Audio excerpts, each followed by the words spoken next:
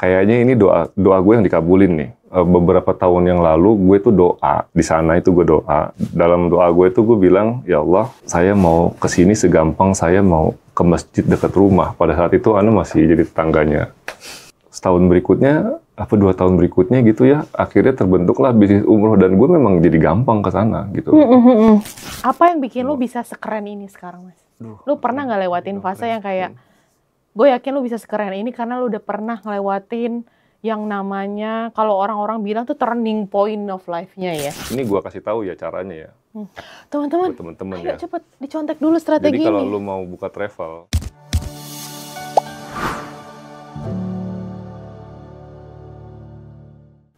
Assalamualaikum warahmatullahi wabarakatuh. Selamat datang di Marhaban Kode Marketing Ramadan. Tepuk tangan 5.000 penonton. Yes, di studio. Hari ini kita kedatangan seorang narasumber yang istimewa. Karena kenapa? Bisnisnya ini bergerak di bidang yang sangat sesuatu lah ya untuk bisa kita bahas di momentum yang sangat luar biasa ini gitu. Kita biar nggak lama-lama kita langsung kenalan ya. Tepuk tangan teman-teman semua. Silakan, halo Mas. Halo. Apa kabar? Baik, alhamdulillah. Alhamdulillah baik. Boleh kenalan dulu Mas ini sama Mas siapa gitu? Saya dengan Agus. Apa lagi? Agus. Iya benar sih. Kan cuma nanya nama ya gitu. Mas Agus lagi sibuk ngapain kalau misalnya activity weekdays-nya nih? Weekdays hari-hari ya kita ngurus usaha ya. Usaha. Sekarang sih lagi ngurus di bidang umroh nih ceritanya. Wow. Bidang umroh. Bidang umroh. Haji dan umroh. Haji dan umroh. Ini pas banget untuk kita kulik di momentum yang luar biasa ini ya teman-teman. Itu berarti salah satu bisnisnya aja? Salah satu bisnisnya, betul. Oke, boleh nggak sebelum kita masuk ke bisnis yang sekarang lagi diulik? Sebelumnya ngerjain bisnis apa sebelum masuk ke bisnis? Sebelumnya umroh? Kita trading ya. Komoditi masih berjalan. Oke. Umroh ini sekarang sedang berjalan juga. Oke. Kita juga sebentar lagi mau launching produk herbal juga. Wow. Mudah-mudahan dalam beberapa waktu ke depan, mungkin beberapa bulan ke depan kita akan launching juga. Wow. Gitu. Jadi tadi disebutin baru 3 ya. Nanti yang lain-lain kita ulik lagi ya teman. Sabar. Wah berarti ini kita tepat sekali mengundang Mas Agus ke sini ya. Anyway, boleh nggak sih cerita sedikit kenapa akhirnya milih bisnis yang cukup tricky ini? Sebenarnya bukan pilihan ya. Karena lebih ke kebutuhan sebetulnya ya. Wow. Karena apa namanya, pada saat kita berjalan kan nggak tahu tuh mau ke arah mana dulu tuh ya. Apa yang ada di depan mata kita kerjain dulu gitu loh. Pada saat memulai ya dulu ya, pada saat memulai ya seperti itu. Jadi kita nggak punya keahlian di bidang ini apa itu enggak. Jadi memang pada saat itu bisanya cuman itu ya kita kejar di situ gitu loh. Oh, nggak usah terlalu idealis dulu gitu ya? Iya, nggak usah terlalu idealis lah. Anak-anak zaman sekarang nggak perlu semuanya tuh harus sesuai dengan apa yang kita mau gitu loh. Tuh. Hajar dulu aja. Tuh, dengerin. Tapi dengan sepenuh hati ya, bukannya dengan keterpaksaan. Oh, oke. Karena kalau terpaksa itu apa-apa pasti hasilnya jelek deh. Pasti itu dah. Sulit soalnya ya? Sulit karena dia kerjanya nggak pakai hati. Nah, itu teman-teman zillennials dan millennials dengerin Kakak Agus ini gitu ya. Apa ada di depan mata dikerjain dulu, tapi juga harus ikhlas nggak sih ngerjainnya gitu ya? Pasti dong. Pasti. Benar. Berarti belum langsung tiba-tiba masuk ke bisnis yang sekarang lagi digelutin ya? Belum. Saya mulai usaha itu dari tahun 2010. Umroh ini baru tahun 2023 akhir ya, 2024. Wow, berarti ini pasca COVID ya? Pasca COVID. Pasca COVID. Boleh nggak diceritain, ada yang berubah nggak sih? Apanya nih? Behavior-nya. Behavior orang setelah COVID ya? Yes. Kalau di bisnis umroh ya terutama ya,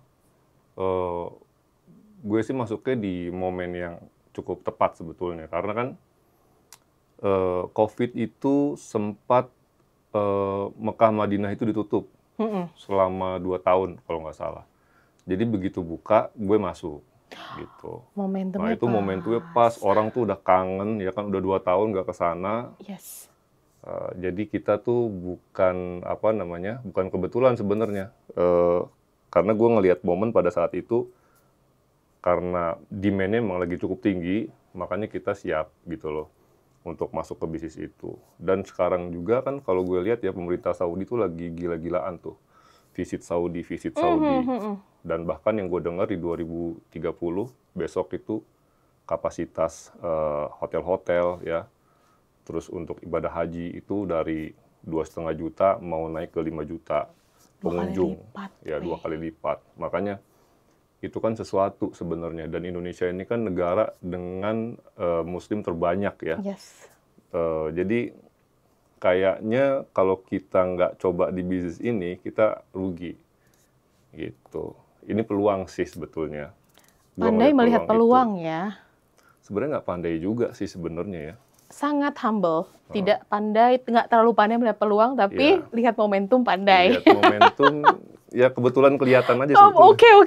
Kebetulan kelihatan. Humble sekali, oke. Jadi langsung ditangkap gitu. Begitu kelihatan tuh gue langsung tangkap. Oke. Gitu kan, Ini kepandaian yang luar biasa ya teman-teman semua.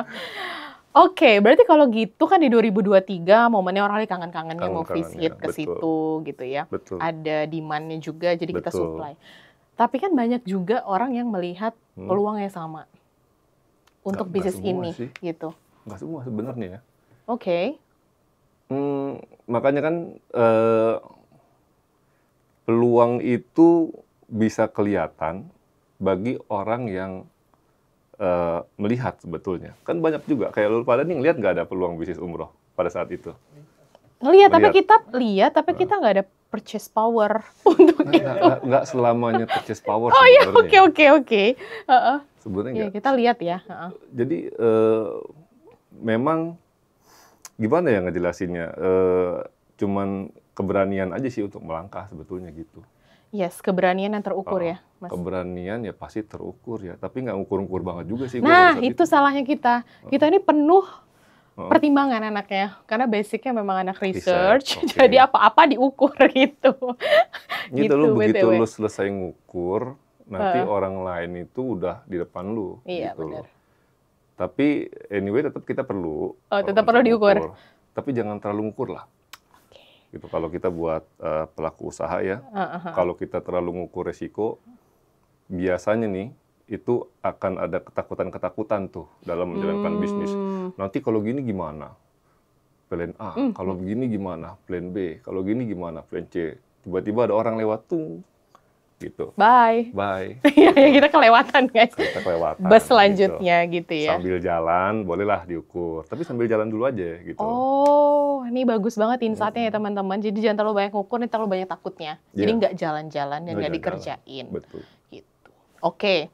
Kalau misalnya nggak banyak yang bisa lihat peluang, tapi kan ada beberapa orang yang menjalankan bisnis yang sama. Boleh nggak Mas Agus ceritain uniknya service yang dimilikin sama bisnis travel kita ya? Yes, dibanding sama yang lain. Sebenarnya bisnis travel ini udah banyak banget ya, udah banyak banget.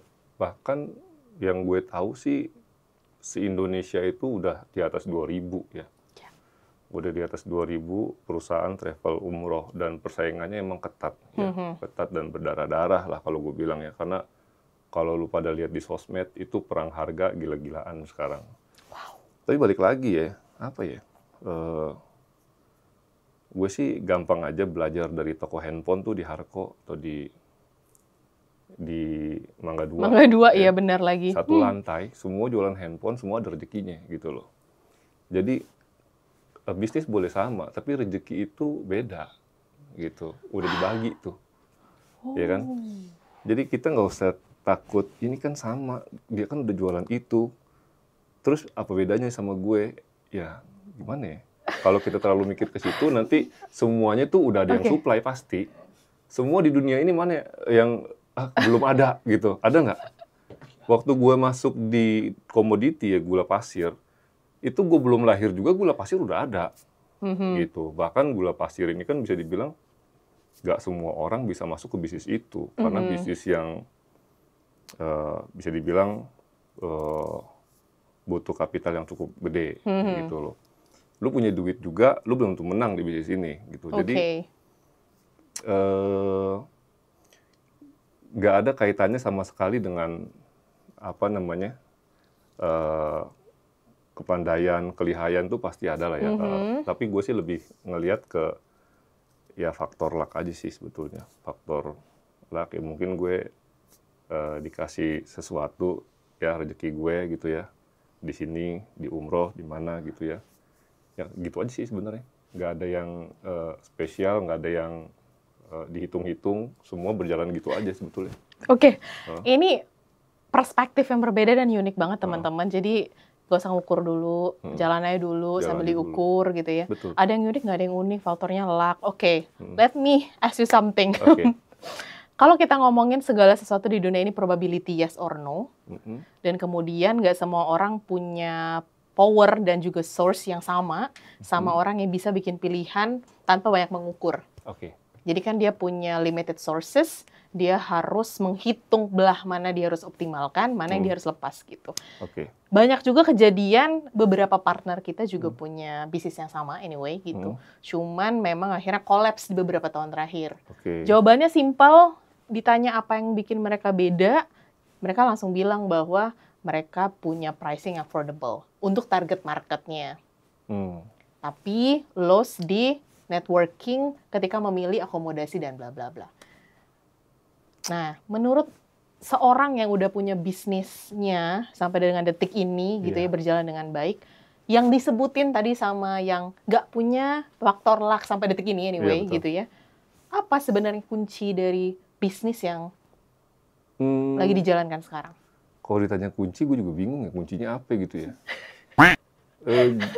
Karena gue tuh nggak merasa gue punya keunikan, nggak punya keunikan yang bisa jadi selling point atau apapun itulah yang mungkin orang-orang bilang itu sesuatu yang dibutuhkan gitu ya untuk lu memulai. Atau tadi lu bilang nggak semua orang punya pilihan ya untuk begini dan begitu gitu ya. Ya memang pada saat gue memulai juga sumber daya gue bisa dibilang nol gitu loh. Jadi gue tuh justru dalam posisi yang gue nggak punya pilihan, bukan gue memilih sebetulnya, gitu. Jadi gue tuh dalam posisi gue nggak punya pilihan dan hal satu-satunya yang ada depan mata gue hanya ini. Ya, dan itu gue jalanin, gitu. Itu pada saat gue memulai seperti itu. Satu-satunya itu yang dijalani. Jadi enaknya fokus banget ya. Iya. Yang ada di depan mata ambil. Ambil gitu. Udah. Kita kan hidup buat saat ini doang.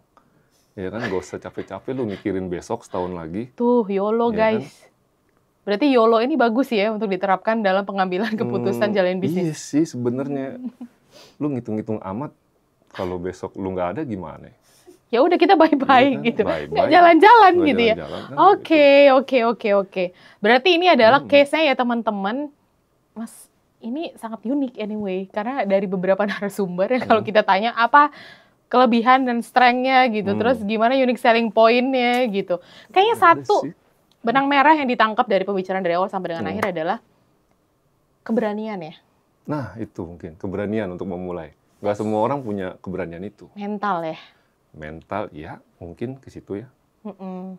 Berarti ini mental entrepreneur ini yang gak dimiliki sama semua orang Mas ya? Iya, orang kan banyak kan takut tuh untuk memulai, gue kan modalnya sedikit gitu ya. Kan gue kan nggak punya temen banyak Iya gitu. benar. Sama pada saat itu gue juga sama begitu. Dulu kan gue pegawai negeri ya bisa dibilang ya. Oh ya? Berarti pernah jadi pegawai ya? Iya, gue kerja di perusahaan gula yang which is itu BUMN lah, salah satu BUMN. Ya punya negara lah gitu ya. Jadi memang gue masih pegawai negeri lah bisa dibilang pada saat itu.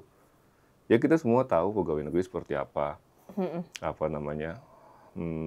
Cuman kan lu nggak cuman melulu ngukur apa yang lu punya gitu ya. Kalau lu ngukur terus apa yang lu punya, ya semua itu akan terlihat kecil gitu. Lu contoh Grab, ya lu contoh Gojek, ya dia kan nggak harus punya motor untuk bisnis antar jemput gitu. Lu pakai apa yang ada di orang lain, jadi sumber kekuatan lu itu kan bisa seperti itu juga gitu. Nah gue juga seperti itu pada saat itu. Mungkin gue nggak punya modal, nggak punya apa, tapi gue memanfaatkan kekuatan modal dari orang lain untuk memulai usaha gue gitu loh. Oke. Betul. begitu. Kekuatan orang lain untuk bisa ngasih kontribusi terhadap ide kita usaha. gitu ya. Betul. Itu untuk awal-awal itu gue seperti itu. Oh, alright. Gitu. Berarti kalau gitu nggak pernah takut dong, Mas? Nggak pernah takut sih, ngapain takut ya? Ya. Oh, gimana tuh caranya tuh ngebangun mental itu dulu tuh? Karena mental paling sulit untuk dibangun jadi entrepreneur adalah mental entrepreneurnya ini gitu. Iya. Takut itu biasanya timbul kalau lu udah punya sesuatu terus takut kehilangan. Itu takut biasanya. Tapi kalau gue sih dalam posisi yang ya udah, gue nothing tulus, kehilangan apa sih gitu kan? Iya kan? Wow. Maksudnya nggak ada yang kehilangan juga, emang pada saat itu gue nggak punya apa-apa. Oke. Gitu, jadi ya udah, paling hilang apa sih pada saat itu? Nggak ada yang hilang bahkan. Kalau sekarang kan udah banyak punya apa-apa, takut hilang nggak? Dia kepo. Nah ini gini,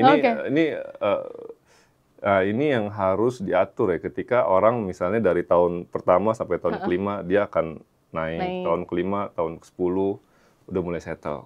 Nah, biasanya orang itu akan naikin tuh dia punya style, dia punya gaya hidup tuh. Dia udah nyaman di posisi tertentu, makanya ketika dia untuk memulai lagi dia takut. Kenapa? Karena begini aja gue udah enak, gitu loh. Begini aja gue udah enak, gitu. Jadi dia takut lah untuk berbuat sesuatu yang baru gitu. Nah kalau gue tuh nggak membiasakan diri gue dalam posisi itu, gitu. Gue nggak membiasakan diri gue dalam posisi itu. Ketika gue memulai, gue nggak punya apa-apa. Ketika bisnis gue perlahan-perlahan itu sudah mulai naik, ya gue tetap ada di situ. Dan gue nggak pernah mau megang uang, gitu ya. Karena tadi rasa takut memiliki itu takut masuk ke dalam hati nih. Makanya itu untuk ngelola keuangan perusahaan itu gue serahin sama orang yang ahli, yang gue percaya tentunya. Gitu. Jadi gue tuh ngelihat uang itu cuman di buku, gitu, cuman di buku.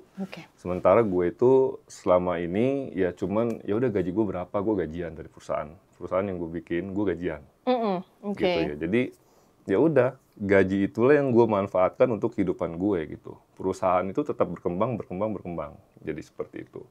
Nah, konsepnya sebenarnya lebih ke gue nggak merasa gue memiliki itu semua. Jadi ketika gue memulai sesuatu yang baru gitu ya udah, emang gue nggak punya apa-apa kok. Gue selalu begitu. Ownership-nya itu nggak ada ya? Iya, tidak merasa memiliki. Nggak merasa memiliki. Nah, rasa memiliki yang gede itu yang biasanya bikin orang tuh jadi takut. Gitu biasanya ya, gue nggak tahu ya.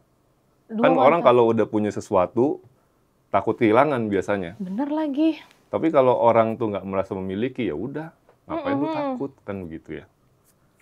Gitu. Sulit guys untuk bisa aplikasikan level ini ya. Berarti ini kayaknya kita harus melewati fase-fase tertentu, akhirnya sense of belonging itu lepas gitu ya untuk hal-hal yang terkait sama material things. Gitu ya, sama hal-hal yang memang bisa terukur, baik itu uang, materi dan lain-lain.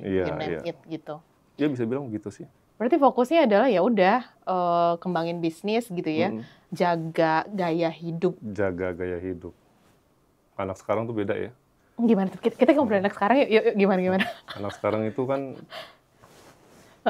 gaya hidupnya udah maunya di sini nih. Padahal dia masih di sini. Tuh, gitu.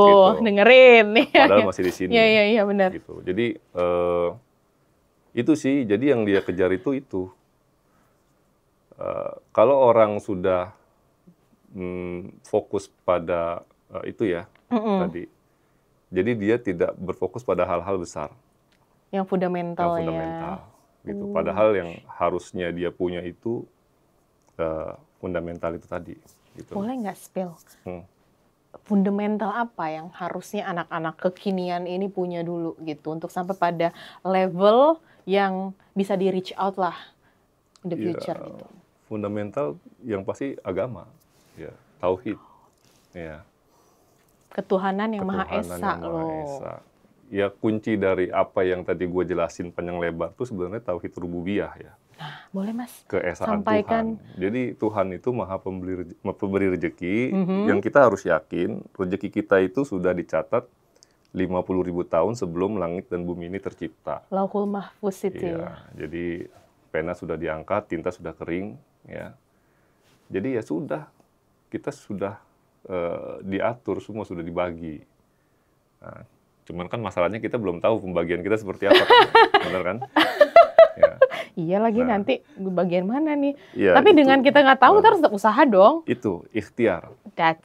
Jadi jangan lo main-mainin nih statement ini nanti kayak kan kita udah diatur nggak perlu ngapa-ngapain katanya gitu ntar. Ada orang Ada kan berpemahaman gitu. begitu, tapi buat kita orang apa namanya Muslim ya, kita harus yakin untuk menyebutnya itu harus dengan ikhtiar. Itu ikhtiar, usaha. Ya harus hilangkanlah rasa takut, harus hilangkan rasa gue ini terbatas, gue punya sumber daya yang terbatas. Tuhan kan nggak terbatas, ya kan. Jadi lu jangan membatasi diri lu, sementara lu belum tahu limit lu sampai di mana. Itu sih sebenarnya. Tulis. Gitu. Sekarang ditulis teman-teman semua bahwa YOLO lu tadi lu harus implementasikan dari semangat mental entrepreneur ini gitu. Ya. Jalanin dulu gitu. Jangan terlalu banyak mikir. Betul, jangan terlalu banyak mikir. Jangan terlalu banyak mikir. Betul.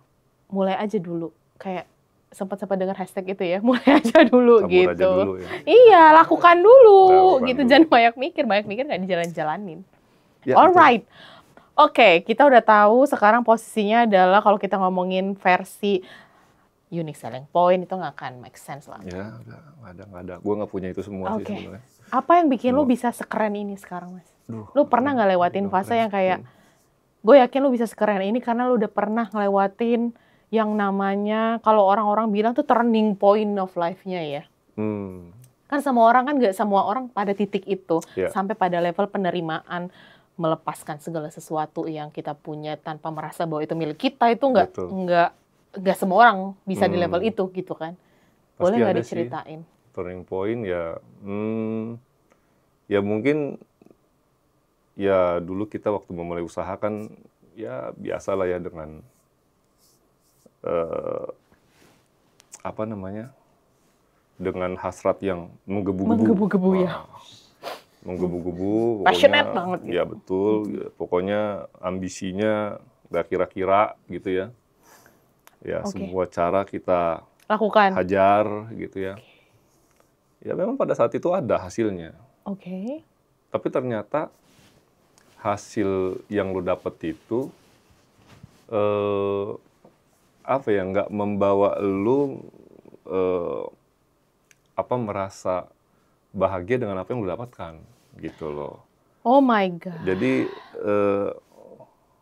kalau yang lu kejar itu hasil, ketika lu udah dapet nih, biasa aja lagi hasil tuh. Bukan sesuatu yang wow gitu ya. Bahkan rasa kesombongan itu tadi tuh, itu timbul dan itu bisa ngejerumusin lu ke tempat yang nggak bagus lah ya kalau menurut gue. Ketika lu yang lu harapkan dan lu fokuskan itu adalah hasil, itu kayaknya setelah lu dapat hasilnya itu nggak akan membuat lu puas dan lu akan terus menargetkan hasil-hasil yang lain sehingga hidup lu tuh diperbudak gitu loh sama hasil-hasil yang menjadi tujuan lu tadi. Ouch. Gitu. Dengar ya. Jadi jangan berorientasi pada hasil. Tapi berorientasilah pada proses. Pada proses gitu. Nah, proses yang lu jalan ini udah bener belum? Gitu. Ini bukan yang Allah mau. Ini bukan yang Nabi ajarin. Misalnya seperti itu ya. Kalau udah bener, sedikit atau banyak hasilnya, itu akan membawa kebahagiaan buat lo. Gitu. Fruitful banget ya guys ya. Itu ada 5.000 orang terdiam, terbelangak gitu loh. Kayak sama hari ini kayak, berarti banyak banget hal-hal yang di bold. Dari percakapan kita dari awal sampai dengan akhir. Nikmatin prosesnya ya, nggak mulu-mulu soal hasil gitu. Dan anak-anak muda zaman sekarang itu memang kondisi oke. seluruh bentuk informasi saat ini gitu ya, sampai dengan cara mereka menikmati sesuatu tuh instan, dan behavior Betul. mereka terbiasa untuk Instan. habitnya itu gitu. Ada yang namanya instant gratification gitu ya. Iya. Mereka sangat menikmati proses, bisa menikmati hasil Iya. secara cepat. Menurut seorang senior, boleh nggak kasih tahu nih ke teman-teman yang biasa dalam kondisi dan di fase yang memang apa-apa tuh serba instan sekarang, proses ini sulit sekali dinikmatin. Ya itu, karena dia orientasinya sama hasil. Jadi dia nggak berorientasi pada proses, dan itu rapuh banget sebetulnya. Rapuh sekali. Jadi ketika lo tidak berorientasi pada bener nggak proses yang lo jalanin, ya lo tuh nggak akan punya pijakan yang kuat gitu loh. Nggak akan punya pijakan yang kuat ya dalam hal apapun ya, bukan dalam hal bisnis aja nih kita ngomong. Dalam hal kehidupan atau apalah segala macam, itu proses itu sangat penting. Makanya kan dalam agama kita nih yang diajarkan prosesnya bukan hasilnya. Tuh. Gitu loh, prosesnya yang diajarin. Jadi segala aktivitas itu ada tuntunan. Oke. Ya kan, segala bisnis ya, muamalah itu semua lengkap diajarin, ada tuntunan. Jadi ya ketika lo meniti tuntunan itu, ya hasil itu akan mengikuti sebetulnya. Karena kan balik lagi ya, kalau kita kembali ke konsep rububiyah itu tadi, ya, konsep ketuhanan itu tadi, kita sudah punya contoh sebetulnya, ya sudah punya contoh. Kalau zaman sekarang mungkin Bill Gates atau Elon Musk atau siapapun itu ya, yang anak muda sekarang tuh wannabe, ya kan, untuk jadi mereka. Ya. Sebenarnya tuh sahabat Nabi tuh banyak yang juga sekaya sama keren itu gitu ya. Yang 1500 tahun yang lalu beliau sudah wafat, sampai sekarang hartanya itu masih beranak pinak dan berkah. Ada. Nah, itu contoh yang seperti itu. Gitu. Jadi dia tuh berorientasi pada proses. Gitu, berorientasi pada proses. Benar gak sih proses yang kita jalani? Setiap langkah yang kita jalani itu kira-kira sudah sesuai belum nih sama tuntunan Nabi kita, gitu ya. Kalau Tuhan ridho, Allah ridho, apapun lu dikasih. Gitu. Jadi itu tadi ya, sedikit banyak itu bukan patokan, bukan patokan sama sekali, tapi rasa patokan itu. Rasa. Jadi ketika lu mengerjakan sesuatu dengan benar, lu akan bahagia apapun hasilnya. Wow. Gitu loh. Lu akan bahagia apapun hasilnya. Yes. Tapi kalau lu hanya hasil aja yang lu kejar, ketika lu nggak dapat apa yang lu tuju, itu berantakan hidup lu. Hati lu akan gelisah, aduh sialan nih gue nih, aduh harusnya gue begini ya. Harusnya gue begini, aduh coba gue begini, coba gue begitu. Akhirnya seperti itu. Ya, ketampar nggak Gitu. lo pada semua? Akhirnya seperti itu. Ya, Oke, gitu. oke. Berarti ini gue setuju banget ya teman-teman kode marketing anyway. Berarti quality drives quantity sebenarnya kan? Ya mungkin seperti itu ya bahasanya. Gue ngerti juga Kalau sih, bahasanya di marketing gitu, jadi Iya. fokus sama prosesnya untuk dapetin output yang bagus. Oke, betul. Gitu, itu bahasa Kurang marketing gitu. Kurang Jadi lebih ada singgungannya lah ya. Iya, pastilah. Gitu. Nah, jadi kalau gue merasa siraman hari ini teman-teman, jadi hati gue adem. Siraman. Baca iyalah. Gitu ya, jadi kayak there is a lot of things gitu. Yang akhirnya kayak, ya di dunia ini nggak mulu-mulu tentang strategi gitu ya. Nggak ngomongin lagi tentang produk lu apa, jualnya berapa, siapa target marketnya gitu. Kalau Itu kan gue another things ya. Tentu ada sih ya, sedikit ada. banget tapi. Sedikit banget. Proses itu tuh gue bisa dibilang dipikirin nanti ya kalau gue dalam Boleh berbisnis tuh. dikasih tahu tuh. Nanti dipikirin nanti kalau itu, kalau gue sih. Oke. Gimana tuh, Mas? Ya udah buka dulu nih bisa gini. Ya udah bukalah travel umroh haji. Jual ke siapa, Mas? Ya nanti kita pikirin gitu. Ya kurang lebih kayak gitu. Jadi pada saat itu gue buka travel umroh ini karena gue ngeliat peluang, pasti ya. Peluang tangkep, ya nggak butuh modal sebenarnya. Bikin PT berapa sih sekarang? Ya kan? Paling nggak habis 5 juta ya? Ya nggak habis 5 juta kan? Nggak habis 5 Ya, juta. bikin PT, notaris, ya bla bla bla bla. Udah habis itu lu tinggal bikin program. tinggal bikin program kan, beli tiketnya dulu lah. Tiket itu kan kita bisa DP. Ini gua kasih tahu ya caranya ya. Teman-teman, Buat temen-temen ayo ya. cepet dicontek dulu strategi Jadi kalau ini. lu mau buka travel, terus lu mau jualan paket umroh atau apa, jangan sekali-sekali lu jual paket yang belum pernah lu miliki barangnya. Ini banyak banget travel sekarang yang kayak gini nih.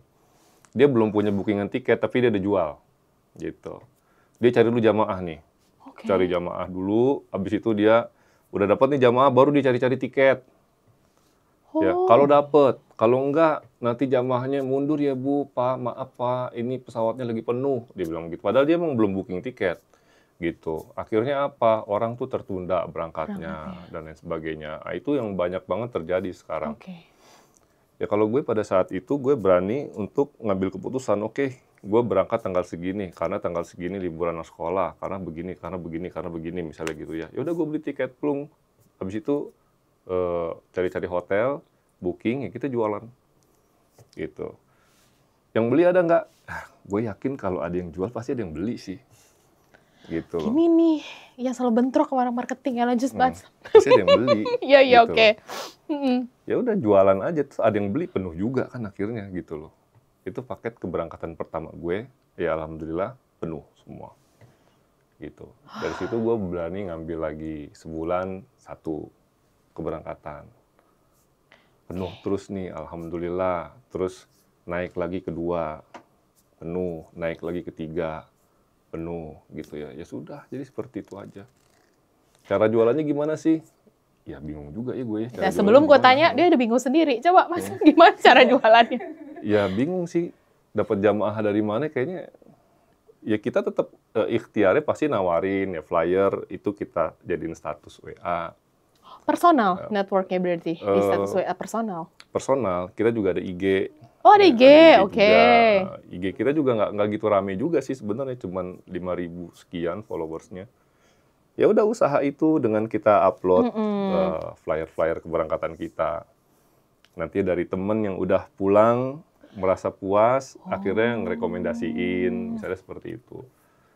Ya dari mulut ke mulut, temennya siapa, ikut, ya penuh-penuh aja sih, alhamdulillah.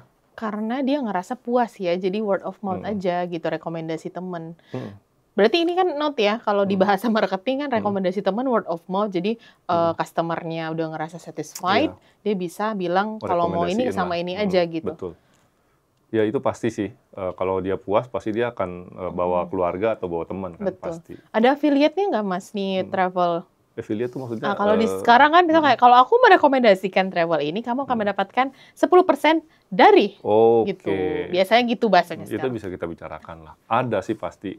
Ada hitung-hitungan nih. Nah, itu fee marketing. Bener, maksudnya itu. Oke. Tetap ada ya? Ada dong. Tetap ada, oke. Ingat teman-teman, masih tetap ada namanya yang berubah. Ya kalau sekarang kan reviewers gitu kan, kalau ada yang akhirnya belanja dari linknya dia, langsung dapat potongan gitu. Iya. Mangkas budget marketing gitu ya. Betul. Tapi kalau kita pisahin sih, untuk produk-produk yang kita jual online, itu terpisah. Untuk produk-produk yang kita jual melalui agent itu terpisah. Gitu. Karena kita nggak mau agent itu kecewa gitu loh. Ya lu udah jualan online, gimana gue jualannya kan gitu kan. Ngambil market gue nih gitu ya. Jadi untuk produk-produk itu kita spesifikin. Memang kita bagi yang kita jual online itu memang produk-produk yang tidak kita tawarkan secara langsung melalui agen, enggak. Jadi agen itu tetap punya spare untuk bekerja. Nah, ini rahasianya teman-teman udah dibuka ya, bahwa banyak produk-produk kategori yang emang harus diturunkan di channel mana beda-beda, jadi nggak makan satu sama lain gitu. Betul, karena ya sekarang kan kalau gue ya di dunia komoditi ini ngerasa itu bagian dari etika dagang ya, bagian dari etika tuh. Jadi kita misalnya sebagai prinsipal nih, sebagai prinsipal ngasih distributor untuk wilayah A siapa misalnya, Bapak A.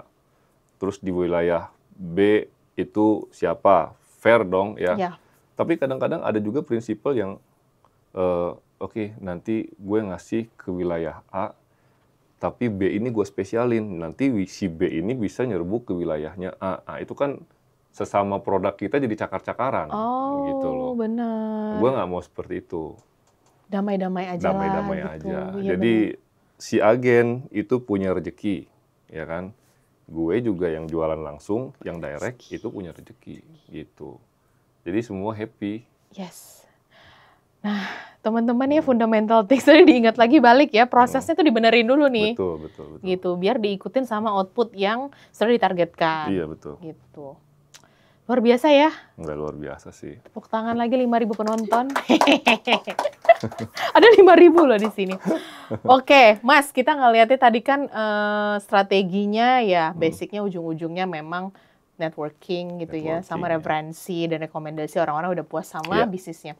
Kalau dilihat dari marketing sama sekarang, digital gitu. Digital. Ngelakuin activity itu nggak sih, Mas, di beberapa bisnisnya? Baru mulai nih, di umroh ya. Ya, oke. Di umroh baru mulai. Karena kan gue ngerasa di umroh, kalau gue ngandelin dari mulut ke mulut, circle gue terbatas. Yes. Circle orang-orang yang udah pernah ikut umroh juga terbatas. Nah, gue sekarang lagi mulai di digital marketing memang. Oh, mulai digital marketing. Baru seminggu sih actually. Oh, nice akhirnya. Gimana akhirnya lu mutusin kayak nggak bisa nih, gue gini aja nih, gue harus mulai masuk ke digital marketing nih gitu? Gampang sih, karena gue ngeliat orang-orang melakukan itu. Gitu loh. Follow aja, orang ngapain sih gitu. Iya. Iya. Sesimpel itu sih, gue nggak mikir yang jauh-jauh. Aneh-aneh. Teman-teman gak usah mikir terlalu jauh, jalanin aja gitu ya. Oke. Tapi udah mulai masuk ke ranah itu ya. Iya. Kenapa akhirnya lu menarik, Mas? Selain lu, orang kan lakuin itu gitu. Karena digital marketing itu nggak ada bordernya ya, borderless gitu. Jadi lo bisa dibilang tuh, lu di Jakarta, orang di Kalimantan bisa tahu lu punya umroh gitu loh. Jadi lu di Jakarta, orang di Jawa Timur bisa tahu lu punya umroh. Gitu kan. Jadi seperti itu aja sih. Berarti konsep yang tadi, semua orang masing-masing daerah mana tuh jauh lebih banyak cakupannya, jauh lebih luas aja gitu. Dengan digital marketing lu bisa ngejangkau banyak mata. Pasti. Tapi kan semakin banyak mata yang melihat juga semakin banyak tuntutan dari potensial customer itu kan, gitu. Setelah ngelakuin digital marketing, ada lagi nggak disiapin, Mas? Kan udah mulai masuk online, pasti kan nanti kan banyak hal-hal terkait online tuh ngasih impact-nya lah gitu secara nggak langsung ya, baik itu pertanyaan yang banyak atau dan lain-lainnya. Pasti, karena kan dengan kita beriklan, pasti kan akan ada leads ya, yang masuk lewat WhatsApp atau apa pertanyaan lewat IG. Yaitu ya kita siapin orangnya. Oke. Ada titipan pertanyaan. Pertanyaannya gini, dari sisi religious things, gimana cara menjual services dan produk ini? Gitu. Ada nggak formulanya? Di dunia umroh nih ya? Apa di dunia komoditi nih? Enggak, kita bahas yang umroh. Umroh ya. Ya, sisi religi itu selalu berawal dari niat. Oke. Ya, niat. Jadi, kenapa gue masuk ke bisnis umroh? Salah satunya itu, yang pertama karena gue senang umroh ya. Karena gue senang umroh, terus gue mau sering datang ke sini. Gue tuh sempet ya, beberapa tahun yang lalu, gue tuh doa. Ya. Di sana itu gue doa. Dalam doa gue itu gue bilang, ya Allah, saya mau ke sini segampang saya mau ke masjid dekat rumah. Pada saat itu Ana masih jadi tetangganya bos kita ini. Oh iya, oke. Masjid itu jaraknya itu cuman 50 meter dari rumah gitu. Saya mau semudah itu saya berangkat ke sini. Itu doa gue tuh. Oke. Spesifik banget sih. Spesifik banget, iya. Ya nggak taunya setahun berikutnya, apa 2 tahun berikutnya gitu ya, akhirnya terbentuklah bisnis umroh dan gue memang jadi gampang ke sana gitu. Jadi gampang. Kalau orang-orang ke sana mungkin susah ya, sekarang gue kerja kan emang ke sana gitu kan. Sekalian kerja, sekalian berwisata religi. Betul. Jadi kayaknya ini doa gue yang dikabulin nih. Ya, doa gue yang dikabulin. Terus yang kedua, ketika gue sering ke sana ya, dulu kan gue memang pakai travel agent lain dong yang pastikan. Gitu. Jadi travel agent itu kan nggak semuanya amanah ya. Oke, nggak semuanya amanah dan nggak semuanya bisa ngasih value gitu ya. Jadi gue mau bikin sesuatu yang ketika orang itu berangkat, dia tidak hanya melulu, oke, gue berangkat di hotel bintang 5, pelataran, supaya deket, akomodasi nyaman, enggak. Jadi gue tuh lebih kira-kira value apa yang bisa gue kasih ke sana gitu loh, supaya nanti pada saat dia pulang nih, dia tuh ada kemabruran gitu ya. Ada kemabruran, bisa berubah dari sisi yang tadinya dia nggak baik, dia menjadi baik. Ya, yang tadinya dia sering melakukan yang berdosa, sekarang dia malah jadi lebih baik. Jadi ketika gue mendapatkan hal-hal seperti itu senangnya minta ampun gitu loh. Jadi, kayak misalnya nih, teman gue cerita, bini gue kemarin setelah pulang umroh nangis terus, misalnya seperti itu. Dia jadi sekarang sholatnya Masya Allah, sering bangun malam dan lain sebagainya. Itu begitu teman gue ngabarin ke situ, itu bahagianya gue nggak karuan gitu loh. Pasti, ya Alhamdulillah ya Allah. Ya itulah kebahagiaan itu yang gue dapat sekarang. Ouch, another level ya. Jadi kalau untuk cuan dari umroh mah gue kayaknya belum deh. Kayaknya belum. Coba gimana? Belum deh. Kayaknya belum deh. Karena masih spending di umroh ini. Subhanallah. Masih spending. Cuman luar biasa ya. Hal-hal itu yang bikin gue tuh jadi lebih bahagia. Iya. Nah, jadi itu. Sisi religiusnya mungkin niat lu kali ya untuk nganterin orang ini menuju kemabruran. Itu dulu tuh. Karena itu tugas lu sebagai biro umroh ya. Iya. Kalau lu biro wisata, lu nganterin orang jalan-jalan kan? Iya, betul. Gitu kan? Kalau umroh ini kan ibadah. Ya kan? Jadi lu tuh harus mengantar orang untuk menuju kemabruran. Oke. Gitu. Udah nggak ngomongin soal cuan dulu juga gitu ya? Sebagai unit usaha pasti kita ada perhitungan ke sana, tapi itu tidak jadi prioritas.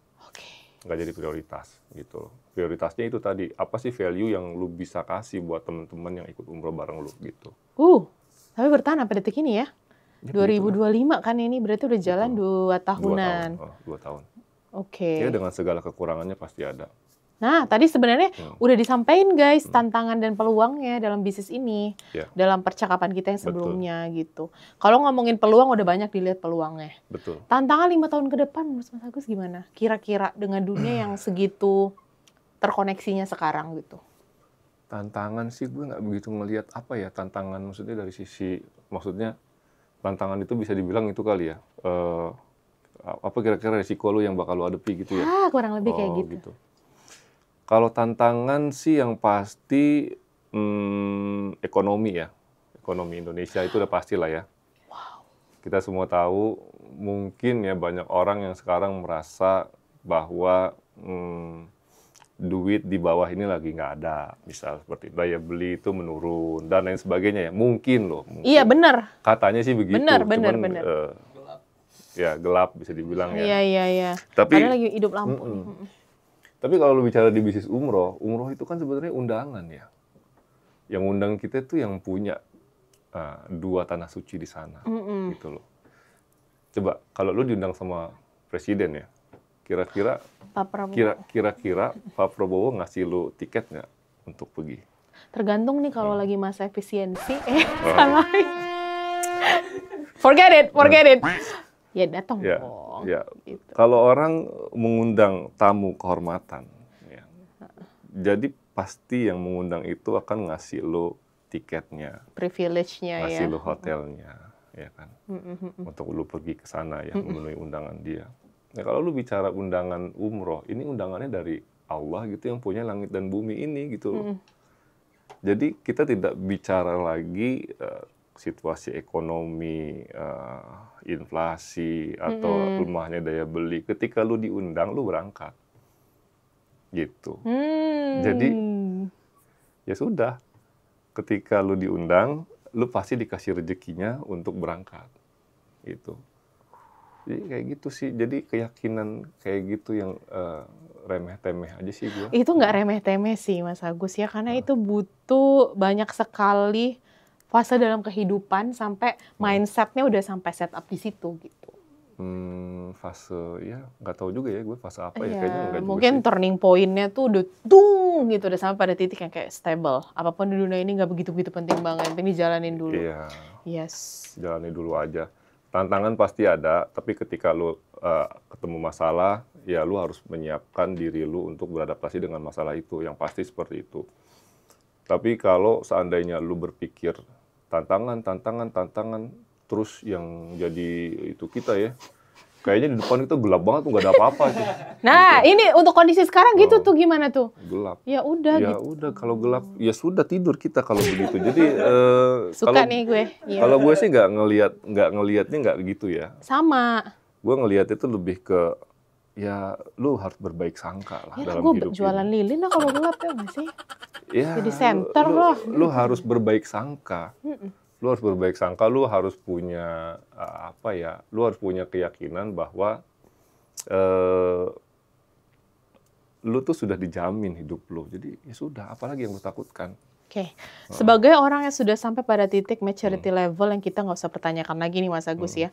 Untuk kaum-kaum yang sekarang tuh masih resah dan gelisah terhadap kondisi ekonomi dunia sampai dengan kondisi gelap dan terangnya Indonesia ini gitu. Selain fundamental things lo percaya dan melihat sesuatu secara positif, apa lagi yang pengen lo sampein sebagai seseorang yang menjalankan activity bisnis ini gitu? Untuk millennials dan zillennials. Jangan banyak-banyak nonton berita. Nah, Jangan banyak-banyak nonton, apalagi yang dunia ya kayaknya gelap banget gitu Nah. ya. Perang di mana-mana, udah jangan banyak-banyak nonton berita. Jadi jangan sibukkan hari-hari lo itu dengan berita-berita yang nggak penting buat lo. Banyak dari kita itu membebani pikiran kita dengan menyerap informasi yang nggak penting buat diri dia, ya.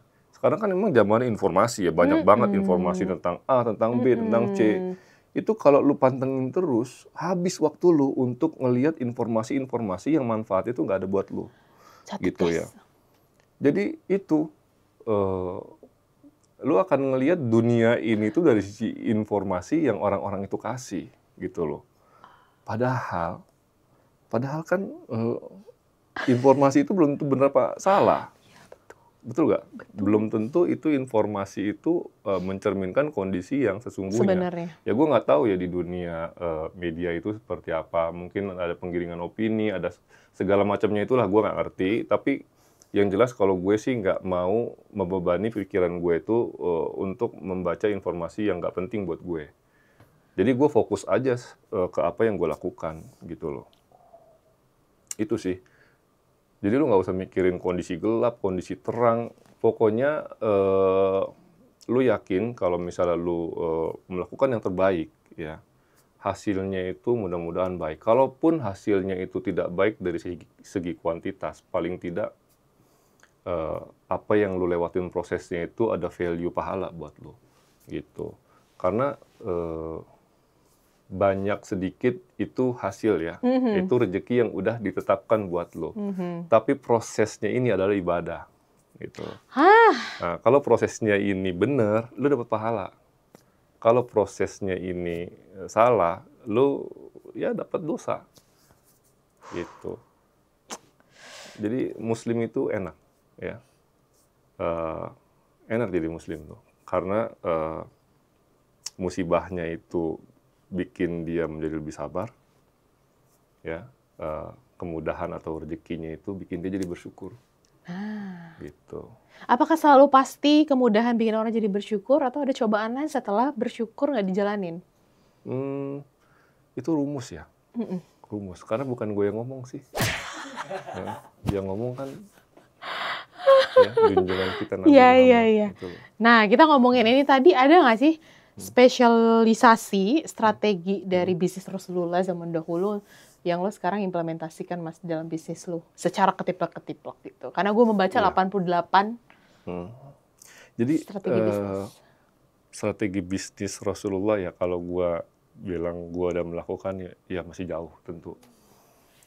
Ya jadi malu lah kita kalau bilang saya meniru beliau ya, karena masih jauh dari apa yang beliau Shallallahu Alaihi Wasallam lakukan, gitu ya.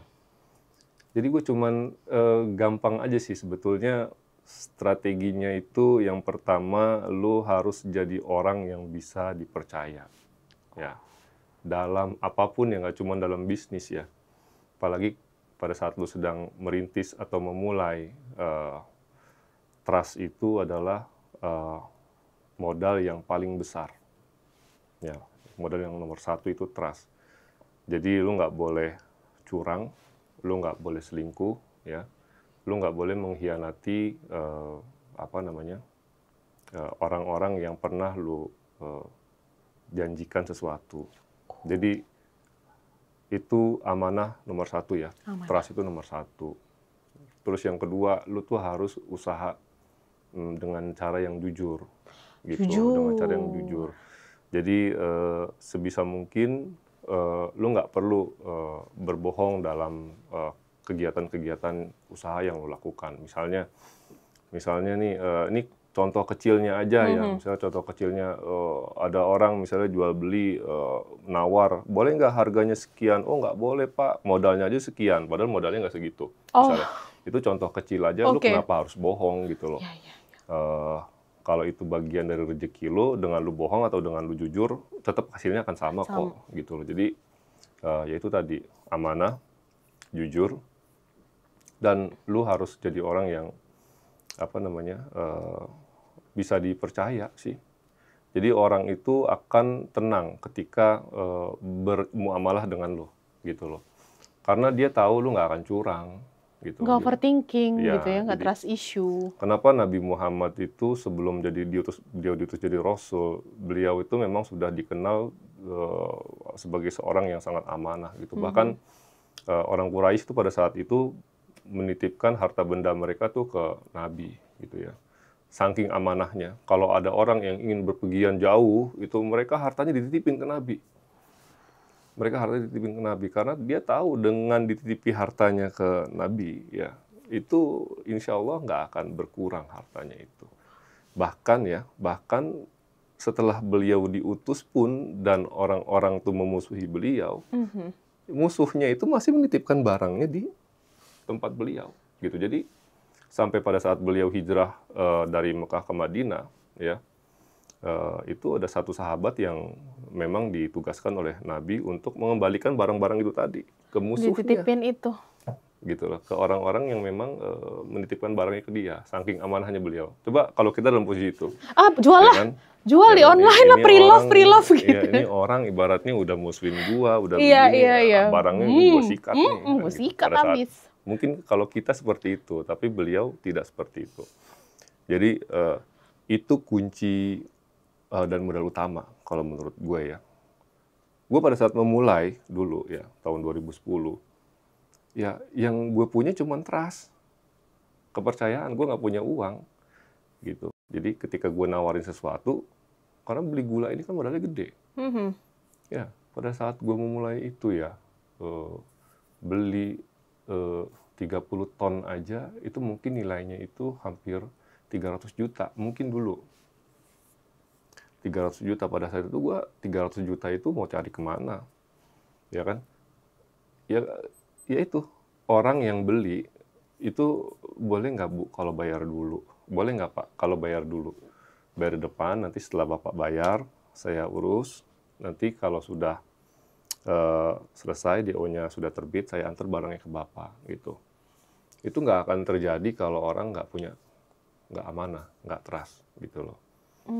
Jadi pada saat gue memulai bisnis gue di bidang komoditi, itu skemanya seperti itu. Jadi orang yang mau beli itu harus bayar dulu ke gue. Oh, nggak ada buy now pay later tuh nggak ada. Nah, jadi mereka nitip uang dulu. Bahkan ada yang gue ingat sampai sekarang ya, ini Masya Allah memang dia bukan Muslim, bahkan ya, bukan orang Muslim, jadi ibu-ibu gitu ya dari Jawa Tengah. Yang naruh uangnya itu di gue itu tanpa ada rasa khawatir, bahkan dia sampai bilang, Mas aku taruh di jenengan aja ya, karena kalau di aku nanti takut kepake-pake gitu, takut nggak jelas makainya gitu. Nanti Mas Agus potong aja dari gula yang Mas Agus kirim. Gitu. Kalau udah mau habis kasih tahu saya, sampai begitu loh.